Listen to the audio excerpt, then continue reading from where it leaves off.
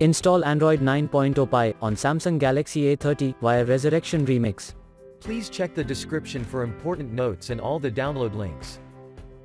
First download ROM and GApps packages, then transfer the downloaded files to the phone storage, link is in the description below. Step 2. Boot your device into TWRP recovery.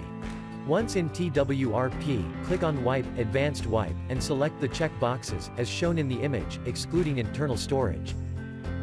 Step 4. Swipe the button to wipe the device.